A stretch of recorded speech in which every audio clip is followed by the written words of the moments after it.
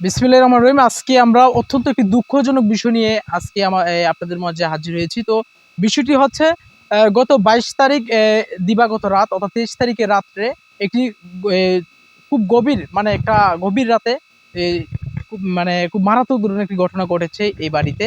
তো এই বাড়িটির ঠিকানা হচ্ছে মাধবপুর উপজেলার বহরা ইউনিয়নের রাজাপুর গ্রামে।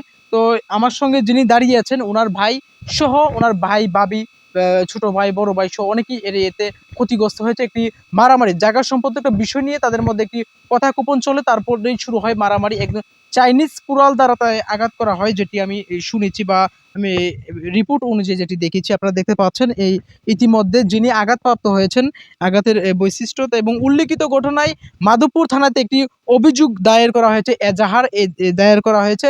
এখন সরাসরি কথা বলবো আমার সামনে যিনি দাঁড়ানো আছে এবং ক্ষতিগ্রস্ত ব্যক্তি, কি কি ঘটনা সেদিন ঘটেছিল এবং সেই গভীর রাতে কি ঘটনা ঘটেছিল আমরা তার কাছ থেকে জেনে নেব। ভাই, প্রথমে আপনার নাম ঠিকানাটা বলবেন। আমার নাম মোহাম্মদ গুলাম সারোয়ার, গ্রাম রাজাপুর, বাবা মর্তুজালি মৃত। আচ্ছা, কি হয়েছিল সেদিন? সেই দিন রাত্রে আমার ছোট ভাই আপনার আমার এখানে বাথরুম নাই, তো এই বাথরুমের ভিতরে আমার ছোট ভাই রাত্রে 12টার দিকে আসছে। তো আসার পরে ও বাথরুম সাইরা এই এতটুকু আসার পরে আমি শুয়ে রইছি। ওরে ৪-৫ জনে ধইরা ওরে ওই জায়গায় নিয়ে গেছে, উঠানে নিয়ে গেছে। নিয়ে সেরা ওই জায়গায় নেওয়ার পরে ও বলতেছে, "ভাই জলদি করে বাইর হন।" তখন আমি বাইরে দিয়ে যে আমার ভাইরে মারতাছে।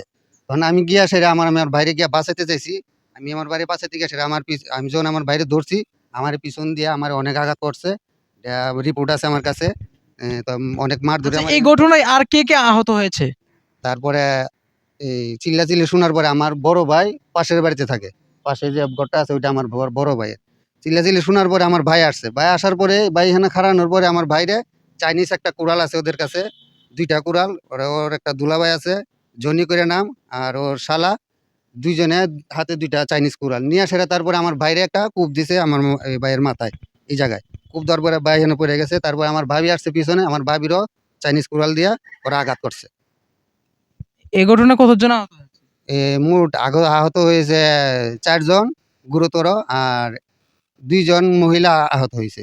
আচ্ছা, উল্লিখিত ঘটনায় আপনারা যেটা জানতে পেরেছি আমরা, উল্লিখিত ঘটনায় চাইনিজ কুড়াল দ্বারা কিন্তু আঘাতটা হয়েছে। কিন্তু চাইনিজ কুড়ালটা কোথায় আছে এবং কি অবস্থায় আছে সেটা পুলিশ তদন্ত করে বের করবে।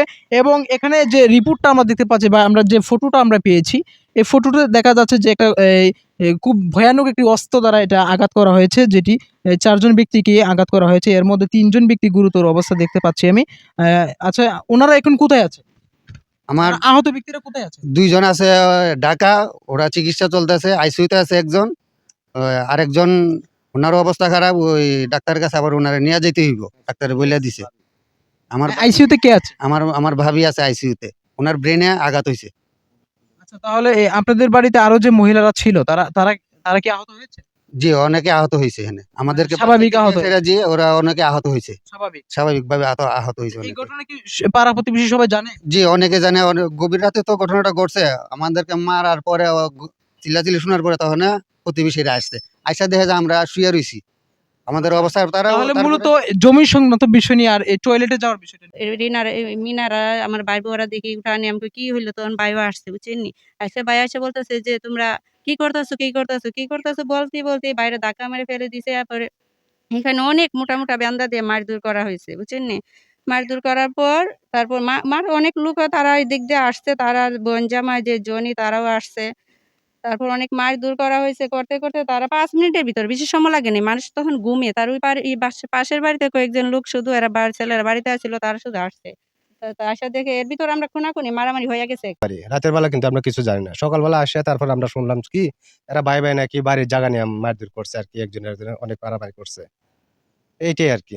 আচ্ছা, তো আমি আরেকজন ব্যক্তিকে দেখতে পাচ্ছি। আপনি এলাকার নিরপেক্ষ একজন ব্যক্তি হিসেবে আপনি বলবেন মানে সেদিন কি হয়েছিল বা কি দেখেছেন? জি, আমার নাম মোহাম্মদ বাবুল। আমি পাশের বাড়িরই। তখন রাইতের ১২টা ১১টার দিকে আপনার চিল্লাচিল্লি শোনার পরে দেখতেছি এখানে বিভিন্ন রকমের মানুষ, মানে এখানে অনেক রকমের হয়ে গেছে। তখন আমরা আস্তে, আস্তে দেখতেছি এদের এখানে রক্তের বন্যা এবং মার্ডার। তো এদেরকে আমরা যেভাবে পারি জি, তো আমরা ভাঙাবার আগে এদের কাজটা হয়ে গেছে। আমরা আসবার আগে এদের কাজটা হয়ে গেছে।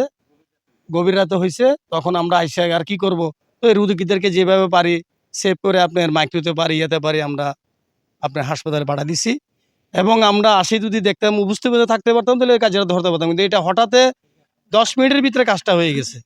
তো কিভাবে হইলো, কে বা কাহারা করলো, এটা এখন এরাই যে দেখছে এরাই ভালো করে জানে। তো এই হলো আমাদের বক্তব্য আর কি।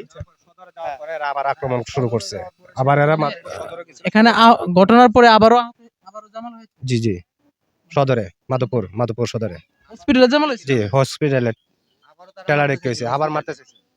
হসপিটালে আমাদেরকে আবার আক্রমণ করতে চাইছিল, তখন সবাই আরো আসলে লোকজন তারপরে মানে ইয়ে করে দিয়ে সেভ করে দিছে। আচ্ছা, এই ঘটনা